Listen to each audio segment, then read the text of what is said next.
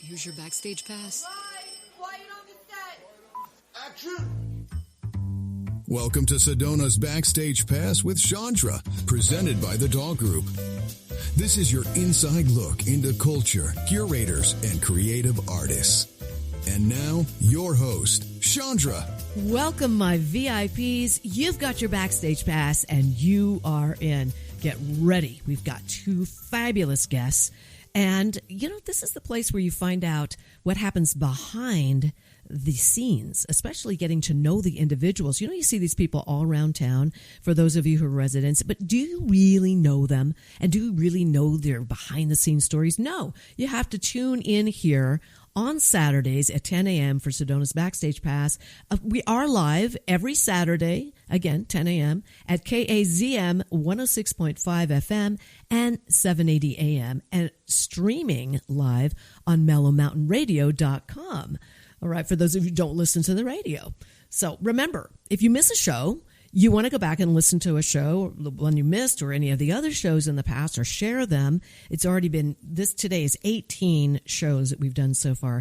You can find them on these streaming sites: mellowmountainradio.com, Apple Podcasts, Spotify, Pandora, iHeartRadio, Amazon. It just goes on and on and on. Now, today's guests, I'm thrilled to have them. Always a pleasure to have Chef Lisa Dahl, who is one of my sponsors, the presenting sponsor, actually, with the Dahl Group, and a gentleman that you will get to know who is doing a music symposium, which I'll be emceeing that at Mary Fisher Theater, and we'll talk about that later when he gets on. So I have some things to share with you. It is August in September, which means there are no big signature events. We're getting ready for that, though, because once September hits, we're in. There's all kinds of signature events to talk about. But being that this is the last Saturday of August, I will tell you about at least one. There's one called Celebrate Sedona at the Sedona Arts Center. It's called the Face of Time exhibit. All right. It is a wonderful exhibit. Sedona Arts Center is uptown in Sedona. So make sure you check it out. And it's been running, and you definitely want to see that, all right? And they have their first Fridays and all that good stuff. I want to tell you what did happen in August. This is bizarre. Are you ready? These are key events and observances that happened in August. There was International Beer Day, National Water Balloon Day. Say what? National Black Business Month begins. World Breastfeeding Week. What? Okay, I've never heard of that. National Minority Donor Awareness Week. National Sunflower Day happened. National Sister Day. National Watermelon Day. National Farmers Market Week. National Chocolate Chip Cookie Day. That sounds like something I would love. National Coast Guard Day. This all happened in August, you guys. So things were happening in August. There also was the National Wiggle Your Toes Day, National Night Out, Stop on Red Week. I have no idea what that is. It's a little crazy. So there you go. I don't know. We didn't do any of those here, but apparently those were happening around the country.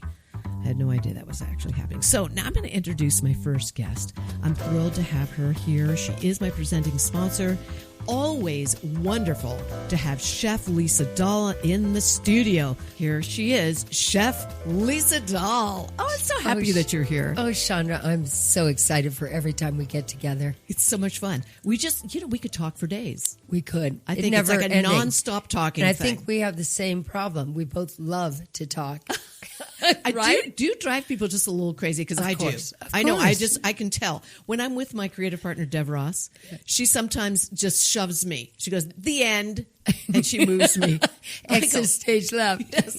She's like, if she had a hook, she'd probably pull me off. That's what it would happen.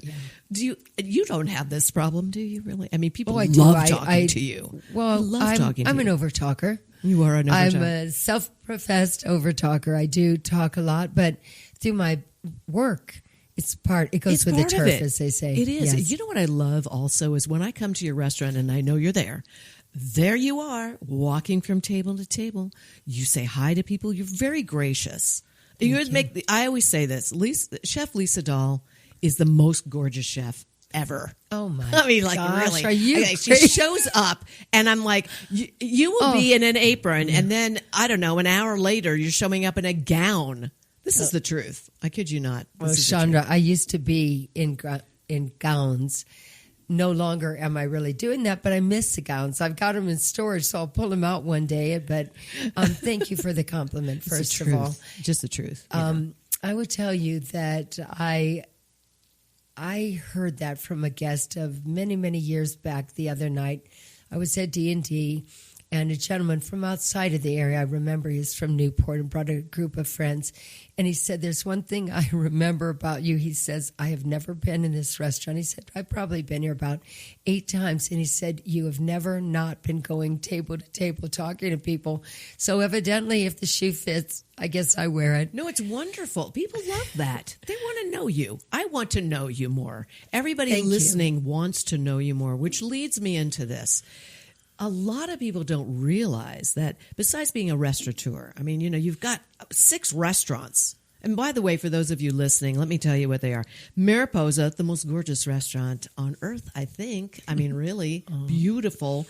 At nighttime especially, let me just say, at the sun setting, and your servers will help take pictures of you out there. And when I say out there, I mean there's red rocks glowing right outside the windows of Mariposa. And then it becomes like you feel like you're outdoors. When it gets darker, it's wild. Okay, then there's Dahl and DeLuca, which was your very first restaurant. And I do call it the Shrine to the Divine. Oh, I love that. That is so perfect. And then Pisa Lisa, or Lisa Pisa. Pisa Lisa. Pisa Lisa. Sometimes I switch them because I'm a little dyslexic, probably TMI right now, but Pisa Lisa, both in West Sedona and in the village of Oak Creek. And then the Butterfly Burger, which is delicious. And then also Cucina Rustica, which I just love. That's in the village of Oak Creek. You've got all these restaurants. I don't know. Are you cloned? Do you have like a doppelganger or something that goes running around to all these restaurants? How do you make it to all these restaurants? I think I realized with number 4 that getting to all of them in one night would be a little trickier. So I've kind of chilled down my FOMO. You know, we talked about FOMO, fear of missing out. Yes. And I try to go to, let's say, 3 a night or 2. Now, one thing about me is I'm a creature of habit. I get to dine in the restaurants. And if there's any fringe benefit of being a restaurateur, which we all know has gotten harder and harder and more challenging, is to sit down at the end of the evening and have something delicious made by my wonderful kitchen folks, my angels, and just chill. I mean, really, that is so good. That is really so is good. And so the only cooking I do is actually my leftovers in the morning. Okay, all right. Now, you know what? I'm going down another path for just a moment. Okay. I have some questions for you. Yes. What's your favorite breakfast? What do you eat? What do you eat? You will freak out when I tell you what I don't eat often. What do you not eat often? Huevos. Okay. You don't eat eggs. It's not that I have an aversion. I actually am not egg crazy, but I am egg making crazy. Okay. So Scott, my significant other, has always said, if you ever opened a breakfast place in this town, it would be crazy, because what my specialty is what you do with leftovers, with or without eggs, and mostly with eggs. So I'll tell you that almost anything you have and you have a little bit left over, especially Italian, the next day, if done right, I mean, you take a little eggplant parmesan with a little capellini pomodoro that's left over, and you put in a little olive oil in a little saute pan, gets crispy. You take that egg, bird in the nest styles, right in the center of that little creation, and you season it up, flip it once. You got the best thing you ever tasted in your life. Now, I make that for Scott almost 3 times a week, let's say. Wow. Sometimes I'll bring home, my goodness, one of my favorite things that you'd never believe that makes a perfect breakfast is, you know how at Butterfly Burger, our green goddess kale is a little too big. Let's face it, it's a little too big. Okay. But it has the bacon, it has the chicken, it has avocado and white cheddar, and the dressing. And it's you've got like a little mouthful or two. Take it, I put it in the pan, same thing. I crisp it up, and it's like an egg hash, out of this world. So I do not believe in waste. And I think that's important for you to know that I can't handle waste. I'm It so bothers glad- me Yeah. more than words. I have to say, I agree with you. Yes. I have a thing about it. Me too. It depresses me. Me too. You know, I want to use everything that's in my kitchen or in my refrigerator because absolutely. it freaks me out when something goes rotten. It's like, oh, Shondra, really? Because Yeah. so many people who are hungry. Oh, yeah. And this brings me to what I want to talk to you about in this show. You are so community oriented. You know, I love that. I love the fact that here you are, so much food is thrown away in restaurants. Yeah. It's terrifying. And in groceries. And at grocery stores. It's taken for granted, and it's heartbreaking more than words could ever say. You know, when I turn on the news, which I'm guilty of doing, and I see in Gaza how just holding those pans, those empty pans, wanting just a little rice, just a little flour, it's heartbreaking because here you look at servers taking half-eaten dishes or just where people have over-ordered and they're shoveling it into the garbage. And it breaks my heart. It really I can does. imagine that it does. And you are so involved in volunteering. And you and I have been involved in events together. Yes. And you have given a lot of food. I mean, you make this delicious food and you literally give it to the events. Yeah. I've seen it with memorial services that Tom and I have sung at. I've just seen it over and over and over again. And you have this wonderful foundation, the Lisa Dahl Foundation. By the way, if you want to know more information about that, the LisaDahlFoundation.org. Make sure that you go visit that because there's some information of how you can get involved with donating to this wonderful foundation. For instance, Soup Hope.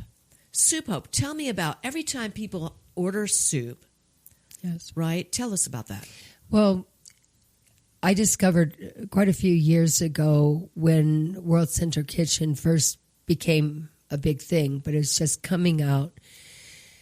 And I discovered that if we could give a portion of all of our soups to the World Central Kitchen, that, I can't even tell you how many dollars we accumulated for that back then. Now, there's so many crises in the world, in the country, in our little area. I know. That it's almost unfathomable how much is needed. So that's why we started the foundation. Soup Hope is an actual soup. It's also a metaphorical soup for giving. So it's operating on a number of levels. One thing I don't know if we've spoken about, but community is, we know it's everything. But I just realized and was told something that I hadn't known until a few months ago, that there's actually people that are undernourished and underfed in the town of Sedona. Yes, it's true. And I didn't know this. Oh. I mean, I knew that there are people that of course don't have enough elderly people. I mean, my goodness, they don't always know how to feed themselves. But I didn't realize that the Sedona Food Bank is giving meals all the time to people that actually need to be fed. And they do it on many levels. But I just started doing a monthly. We would love to do it even more, but I started a monthly thing with Soup Hope. Now, at this time of year, it's gazpacho, not the hot soup. Right. We did the hot soup the first time, which is Soup Hope, which is a delicious bean and legume and quinoa and vegetables, all organic. By the way, I would like people to know that we do sell Soup Hope. I make every batch with my sous chef, and we do that. We're going to make it again this Saturday, and we freeze it in pints and quarts, and it's really selling out of the village of Oak Creek, Pisa, where we have a deep free that you can come in to the grab and go, and we just bring it up. So very well priced, but it's vegan, it's gluten-free, How wonderful. and it's delicious. But Soup Hope, Now, anytime someone is purchasing soup, whether in that fashion or in the restaurants, you're having a gazpacho, a good portion of the proceeds is going to Soup Hope, which keeps our little engine running because we're not well endowed. We're not well endowed at this point because we haven't gotten out on the street and said we're ready to start having our big fundraisers and things. Sure. We certainly love donations, but we have been doing charity since the day we came in this town. And charity comes in so many ways, and I always loved it. Making platters. Today I received a very interesting request from someone I've known from years past, but she's part of a foundation, a non-for-profit out of the Phoenix area that is helping to remove tattoos from women that were like in almost like their tattoos are their negative brandings that carry stigma from their lives. And she said, would we give a gift card? I said, we'll do more than a gift card. We'll do several gift cards, and we'll do signed cookbooks so it's a lot of ways. It's not always just the food, but daily there are requests for charitable giving, and we've been doing that forever. But now we have the foundation, and the foundation allows us to not just give to every foundation, but to give on a community level and to start to build what we need in our coffers, which to produce Soup Hope, which is this wonderful soup that I'm mentioning is available in Pisa Lisa, VLC, but we want it in we want it in a bottle configuration. We'd like it in a glass jar with a lovely label with the backstory of why I am here in the first place in Sedona because of my son. So it's not an inexpensive endeavor. Whenever you're trying to bottle something, you need to have engineering. You need to do it right so that when you try that product, it tastes like you really made it and you got your stuff taste as good as you could expect. And that's not cheap. No, and it's not, yes, it's not inexpensive. No. And then, of course, it's not an easy task. No. Because it has, you have to have your hands all over it. I know that. Well, because, that's a process. We can make it, and we make all of our soups from scratch daily, weekly. Of course, we're not in the high season of soup making because it's 100 degrees out. But our gazpacho is incredible. And so I believe soups heal. And that's why I called it Soup Hope. Love that. And not just for people that are undernourished, for people that are getting over terrible things they've been through and they can't digest. I love to see people enjoy soups year round. But of course, coming fall, then we start to roll out our repertoire of all the wonderful soups that we've done for 30 years. Right. Well, thank you for sharing all of that. By the way, again, I'm going to do a little shout out, lisadahlfoundation.org. You can learn more about how you can help this wonderful foundation and help with Soup Hope. There's ways that you can donate, by the way. There's several ways, actually. You can get online and make a donation for Seeds of Hope. You can do that. You can give through a donor-advised fund.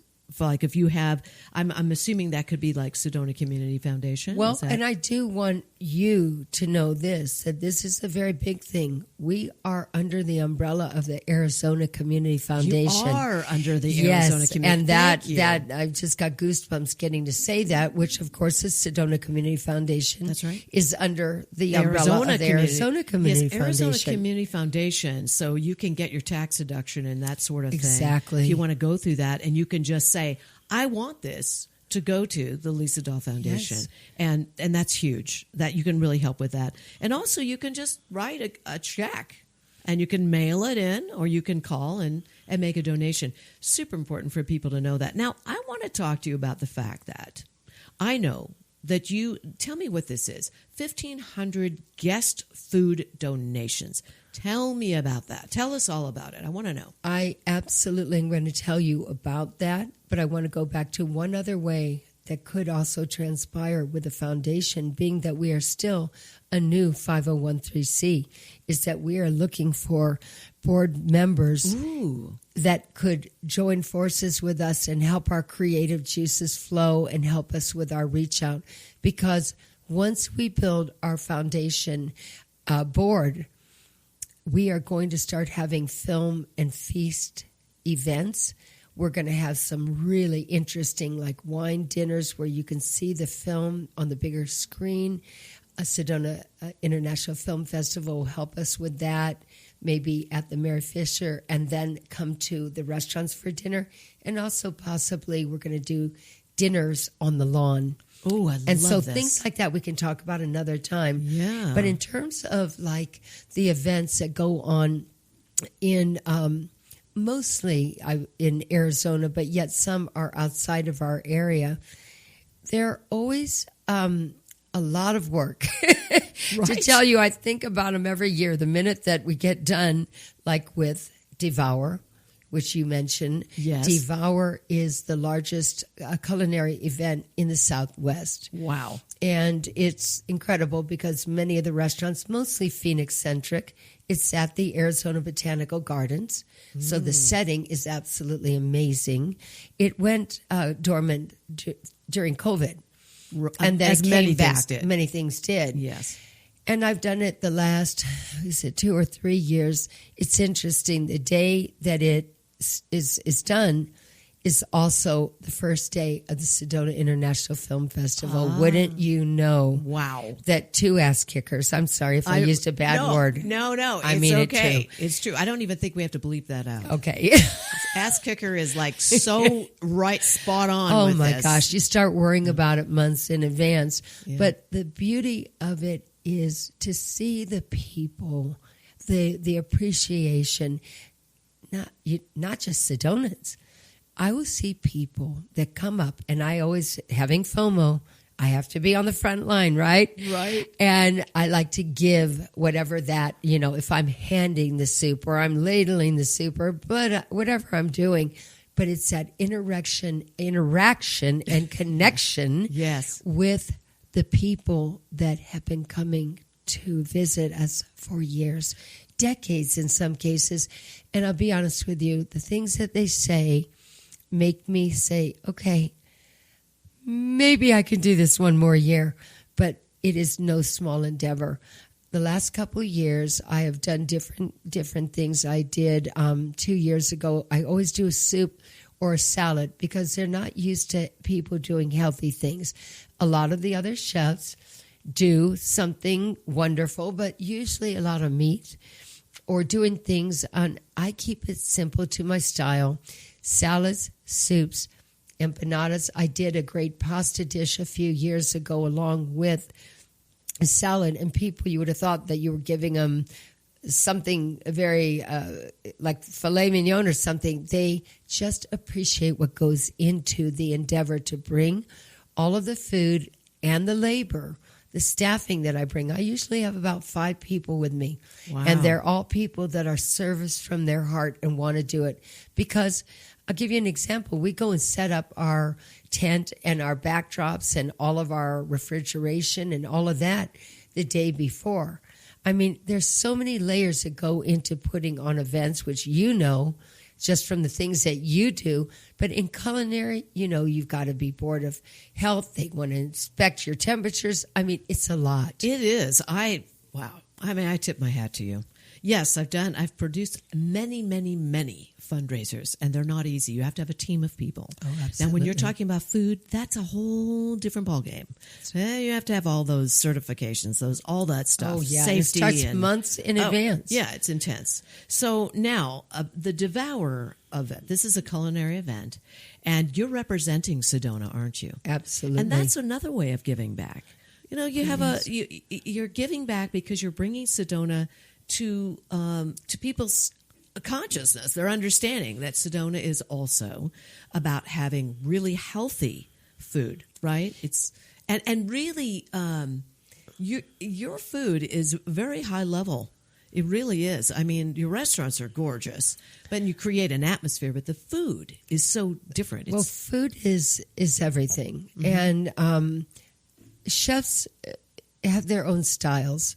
And, Food Network has made everything about competition and how unique you can turn something into another something. But I can only go so far with that.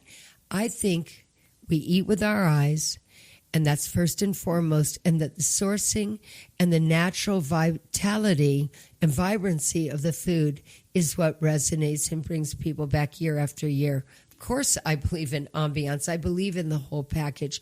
But you can have a gorgeous restaurant with mediocre food, but it's really, you need to try to have them both. I know. I cannot wait to have you come back. Can you believe that we're already out of time? No, I'm mad. Are you? I'm PO'd. I'm a little pissed off myself, actually. I'm just like, really? Now we have to wind this thing up. Well, you're going to come back because you always do. I love it. You're my presenting sponsor, the Dahl Group. I love you, Chef Lisa. I love you, Shondra. And make sure that you visit these restaurants, Mariposa, Dahl and DeLuca, Pizza Lisa, Butterfly Burger, and Cucina Rustica. Thank you, Lisa. We will talk very soon. Yeah. Stay with me.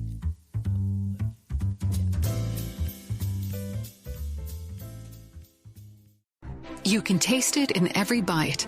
For over 30 years, Chef Lisa Dahl has redefined what it means to dine in Sedona, serving soulful, handcrafted cuisine inspired by love, artistry, and community. From the wood-fired kitchens of Mariposa to the couture flair of Butterfly Burger, every experience is elevated, every ingredient intentional. To learn more about Lisa Dahl and the Dahl restaurants, please visit cheflisadahl.com. Need a clean car fast? Come to Cleaner, Quicker Car Wash. We'll have you sparkling and back on the road in minutes. Whether you're after a quick shine or a deep clean, you'll get top quality service, eco-friendly soaps, and smiles all around. Drive up, shine up, and feel good, all without slowing down your day, and look like a star in your car. Located in West Sedona on Highway 89A. For more information, visit cleanerquickercarwash.com. Here's more of Sedona's Backstage Pass with Shondra, presented by the Dahl Group. Hey, thank you for staying with me. I'm thrilled to have this guest on. He is a wonderful person. I first met him at the Sedona Heritage Museum, where he's a volunteer, and he just so happens to be the founder and the organizer of the Artists Consortium. Skip Daum, thank you for being here with me today, Skip. Totally my pleasure, Shondra. I met you at the Heritage Museum, where I also volunteer, and this is an exciting town. It's an art mecca for me, and it's great meeting you and sharing thoughts with you. Yeah, thank you. Thank you so much for that. I'm so curious to find out, who is Skip Daum? You're fairly new in town, aren't you? I got here about 10 months ago, yeah. And you hit the ground running. Well, I guess I did. I meandered in the western states for a couple months, going to over 24 art galleries. And when I came into Sedona, it wasn't a destination. It was only going to be a way station. As soon as I hit town, I said, I am staying. You got Red Rock fever. That's what we call that, Yeah, well, it's catching, It is, apparently. Well, I know. It caught me by surprise, and I think I was here less than a week when I volunteered at the museum. How wonderful. Did you have a place to stay when you did volunteer, or were you like, I'm going to do this, I have no idea where I'm going to stay, so I'm going to stay in a resort or a hotel? What happened? A good question. As many people have found out, the rental rates in this little town of only 9,700 residents are extraordinarily high, and I needed a place to rent that was furnished and that was affordable. And ultimately, I found one on my own search with a little sign posted, room for rent. It was fantastic. I could be at the museum walking in 4 minutes. And so It was a great place. However, the building was purchased about 2 months ago by an investor in the Bay Area in California. So I and the other tenants were evicted. Whoa. I subsequently had good fortune shine on me one more time when a good realtor friend here in town told me about a house that just sold. And I went up to the owner of the house as he and they were moving in. And I merely said, hi, you don't know me and I don't know you, but I just got evicted, and I'm not a criminal. I don't smoke. I have no pets. I pay on time. Former Air Force. And I volunteer at the Heritage Museum. May I rent the lower unit? And a day later, I signed the lease. I mean, see, that's magic. That's when you know you're supposed to be here. I think you're right. I know I'm supposed to be here because everything comes together so synchronistically. It's a Sedona moment. That's what we call those. Mm-hmm. So welcome to Sedona, 10 months in. Fantastic. Thank you. And I'm so enthralled by how you have gotten around to talk and really get yourself into the community, like really meeting people. I mean, the Artists Consortium, like, let's just start there. You know, you had a ribbon cutting with the Chamber of Commerce, the Yes. Greater Sedona Chamber of Commerce. Tell us a little bit about that. When I decided to, first of all, the background on this whole episode, if you will, is that I started going to art galleries right away. And I'm fairly gregarious, and so I started speaking with not only the gallery owners, but the artists. And I sensed, I don't know why, I sensed that the artists here in this town don't really gather frequently. And so I wanted to put them together to collaborate, convene, collect, and consort with one another. So I just off the cuff said, well, I'm going to start a consortium and ask each of them personally if they wouldn't mind being on a stage in front of an audience and talk among themselves. And indeed, the first 5 bronze sculptors I approached were more than happy to do that. Yes, and let's talk about those people. I have the list right here. Susan Cleaver. If you don't know, first of all, you do know Susan Cleaver's work because Sedona, outside the, I'm going to get it right here, it's the Community Library Sedona. Sedona, thank you, because Yeah. they changed their name and I still have a time with it. But yes, if you've seen that statue, that's Susan Cleaver. And her artwork is everywhere. It's in one of the roundabouts. It's just everywhere. Ken Rowe, phenomenal artist. Chris Navarro, wonderful. James Muir, well, James has got Epic. pieces everywhere, including the Chapel of the Holy Cross. Eric Peterson. So these are the 5 people that you end up having the consortium with, and tell us where it was.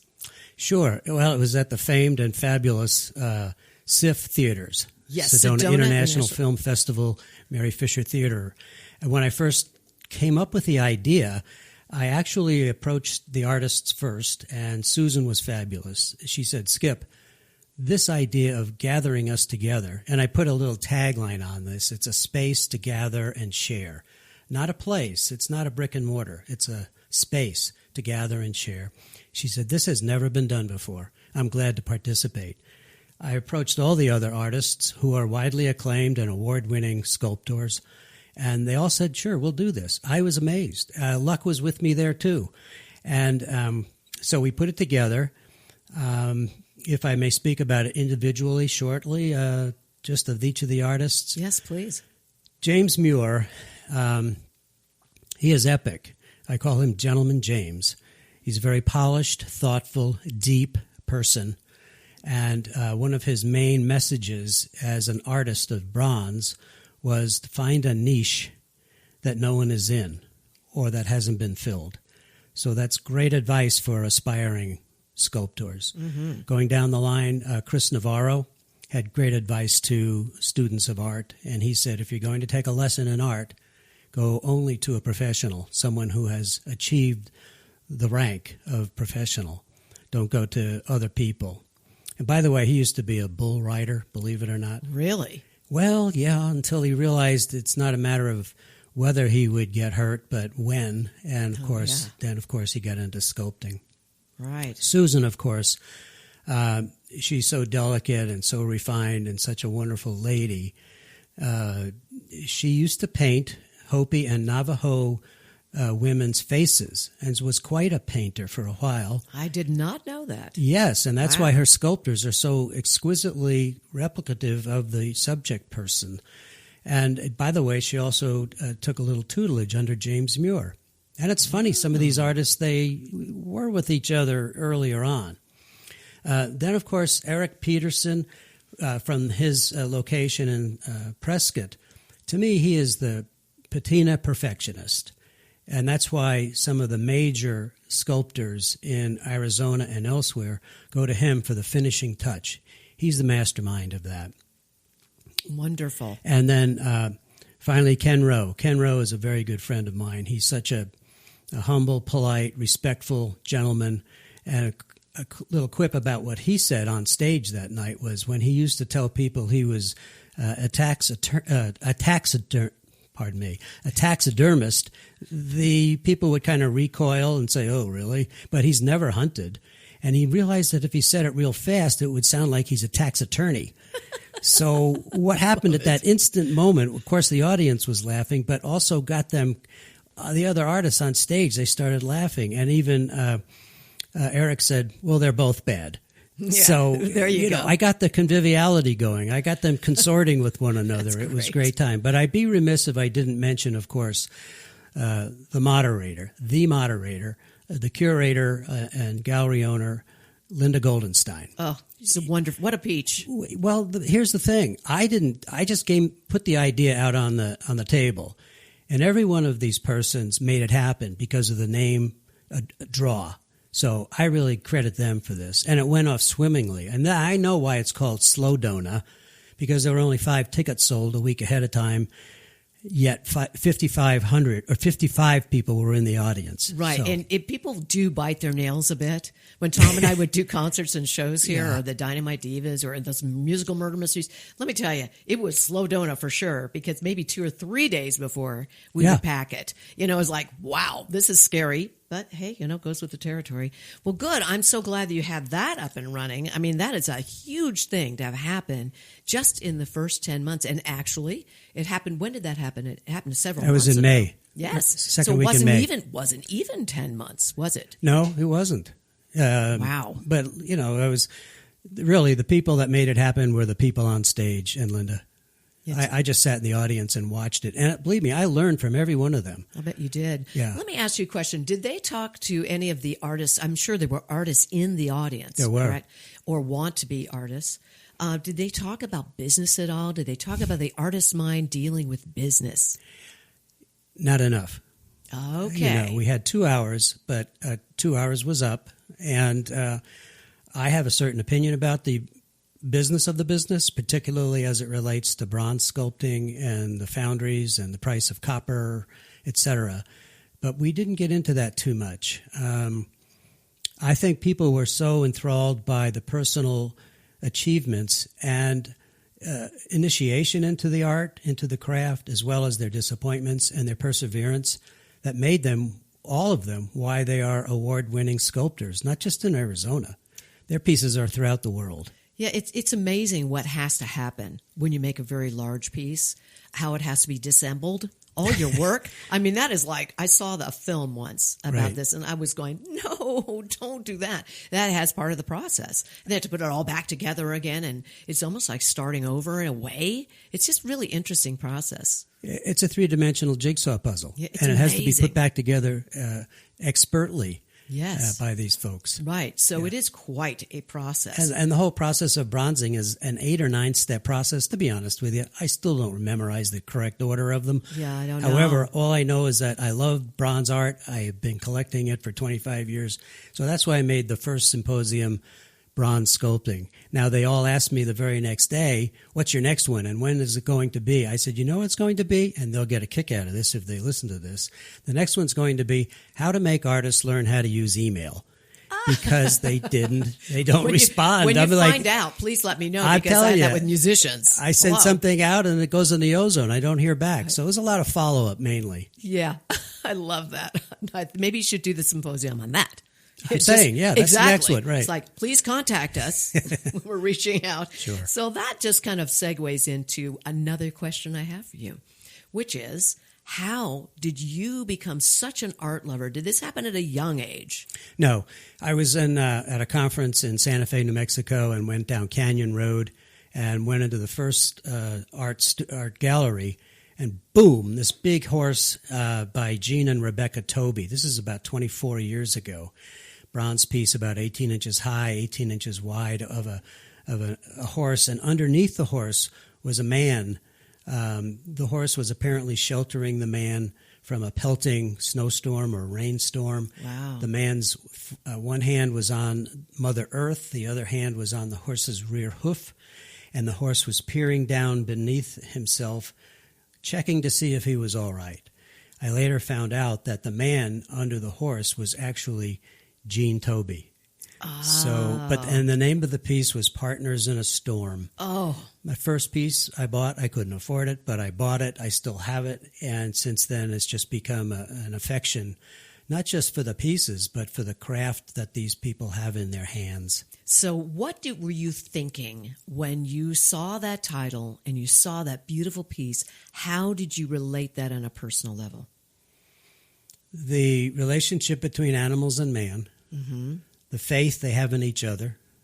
And I know how horses came to America, and I know that they were put through the meat grinder, somewhat odd term to use, through several wars. And they're just our humble, obedient servants at man's will. But they're strong, they're intelligent, and it was a symbiosis, as you said, between man and horses. Besides that, I've branched out to other forms of or other subjects in bronze sculpting.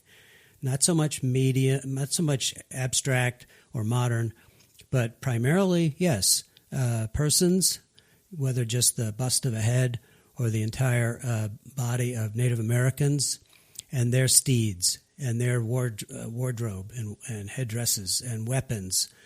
And so it's a kind of a romantic feeling that I have for both man and animal. Well, that one piece, the first one that really struck you, because the way that you described it is like, wham, there it was. It was live. And right. And so was that personal to you also? Because I'm kind of threading this together, and I'm hearing strength, connection, the animal, the human, the whole thing coming together.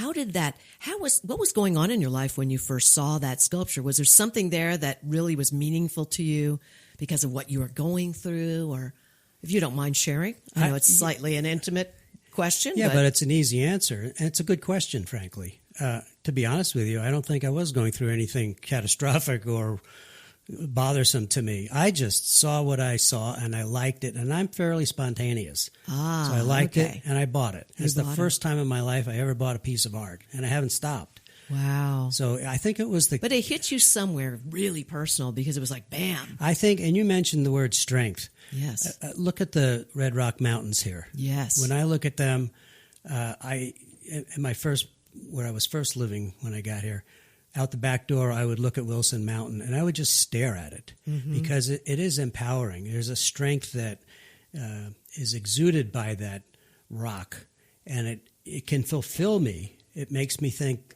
that I'm sure of myself. I always have been, but it gave me an inner strength to witness it every morning. And then when the evening sunlight hit it, it was changing to a more mellow, calming force. But there's a force out there, and I'm not a vortex follower, believer, or advocate one way or the other. Right. But those moments every morning were beautiful to look at, as well as the hummingbirds at the feeder. Yes, it's undeniable. And speaking of strength, you, my friend, thank you for your service. You were in the Air Force, and you were an instructor navigator. Right. This is not an easy gig. Would you like to tell us a little bit about that? And I do have to ask you. So you tell us about that. You have to tell me, what was the craziest thing that ever happened to you when you were doing that gig in the Air Force? All right. So after college in 1967, I graduated Emerson College in Boston with a degree in English. 2 weeks later, I got the welcome letter from the president. Oh, boy. Yeah, a friend of mine and I, after school, we built a real shoddy camp in the mountains in New Hampshire, and we thought we would be like Thoreau and write poetry, whatever. But a post lady came knocking on the plywood door and said, "Is there a Mr. Daum here?" I said, "Yes." She hands me the letter. It says, "Greetings from your president." The next day, I was down at the Army recruiting station in Boston. And in those days, of course, Vietnam was going on. But in those days, we had the opportunity to choose the service that we wanted to serve in. So I chose the Air Force, and they sent me to flight school where I learned how to navigate planes from A to B. Matter of fact, we kind of joke that navigators are the only people in the world that can tell pilots where the heck to go. However, I think that's absolutely well, true. I know. I mean, so many midnight flights across the Atlantic. It's dry. The pilots are sleeping, and I'm driving the plane from my little desk area. But there are a couple of moments when it got kind of scary. I flew a 707, and we were what they call an airborne refueler.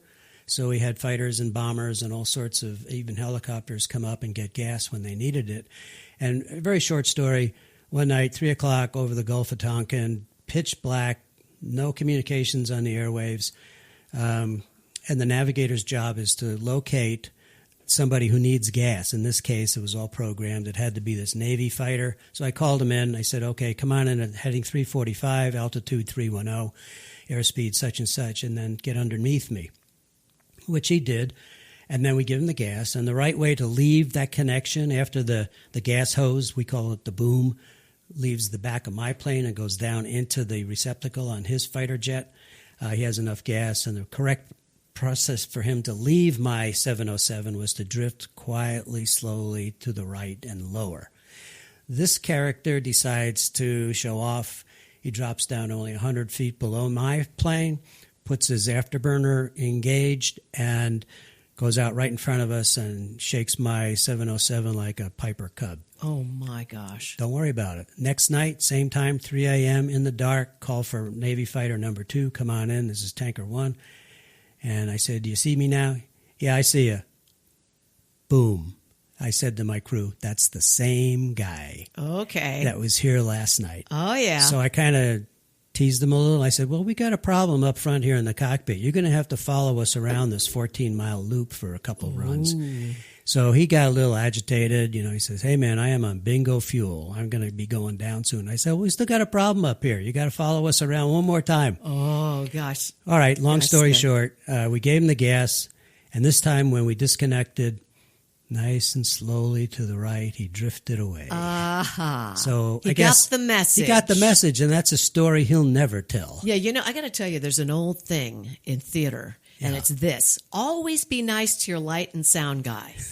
You know what I mean? Because you might be standing where the spotlight should be, and it isn't there. Right. You move to it, and it goes somewhere else. I mean, it's like, That's lighting. it's just kind of like one of those things, rule of thumb. Got it. So same thing in your business of what you were doing at that time. And so, wow, what a thing. What But a thing. I also have to comment that we built up a camaraderie.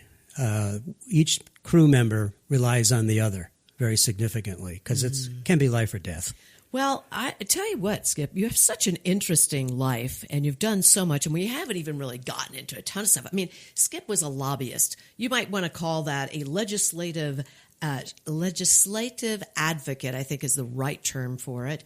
That's a lobbyist, you guys. 50 years you did that. 50. Oh, my goodness. So what happened was... What were you, started when you were 5 or something? Really? I mean, what? No, but I learned a lot, I'll tell you that much. When I got out of the Air Force, I didn't have a job, and so I actually ended up flying another airplane for the California Reserves, which was the C-5A, which is the largest airplane in the world. Wow. And that was a part-time gig. So I've been to Hawaii a couple dozen times because we take the plane over there on training flights and then come back the next day. Long story short, I knocked on doors in Sacramento, and the San Diego City School Legislative Affairs Office said they needed to hire somebody. Well, this was a great opportunity. They paid me the handsome stipend of $125 a month. Oh, so I could wow! What a fortune, huh? I could afford saltine crackers and peanut butter. Good grief! But then I listened to them gather and share their strategies about certain legislative bills, whereby one would say, Susan, you go see Senator Smith tomorrow, and here are the issues for him. Tom, you go see Assemblyperson Tompkins, and here are the issues for him. So the main thing is I learned a lot, and then I just started my own lobbying firm called Capital Communications Group. Amazing. My first client was school nurses, and I had 31 other organizations hire me over the next 50 years. My goodness. Well, Skip, I want to thank you for being with me. Time just flew by, didn't it? Just yeah, flew let's by. do this again. We will do it again. And everybody, I want you to be looking now, the Artists Consortium. Skip Daum, thank you for all you're doing for this community. And you can go to the Sedona Heritage Museum and make sure you say hi to Skip. On Thursdays. We'll be right back. See you there.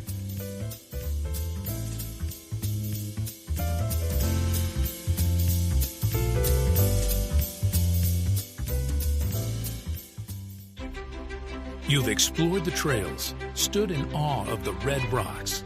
Now, discover how Sedona became Sedona.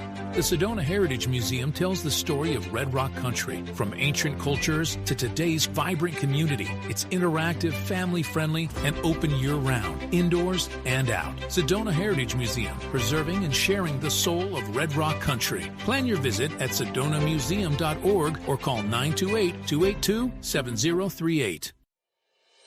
Take a deep breath, then let it go. At Sedona's New Day Spa, your escape begins the moment you arrive. Enjoy luxurious massages, rejuvenating facials, and native-inspired body treatments. Every moment is designed to restore balance and renew your spirit. Voted Sedona's Best Day Spa, this is more than self-care. It's your sanctuary. Book your experience today at SedonaNewDaySpa.com or call 928-282-7502. When your project demands precision, experience, and trust, turn to Sefton Engineering Consultants. From expert civil engineering to construction management, we deliver real-world solutions that stand the test of time. With over 30 years in the business, Luke Sefton's team is committed to getting your project done right, on time, and on budget. Sefton Engineering Consultants. Reliable, experienced, personal.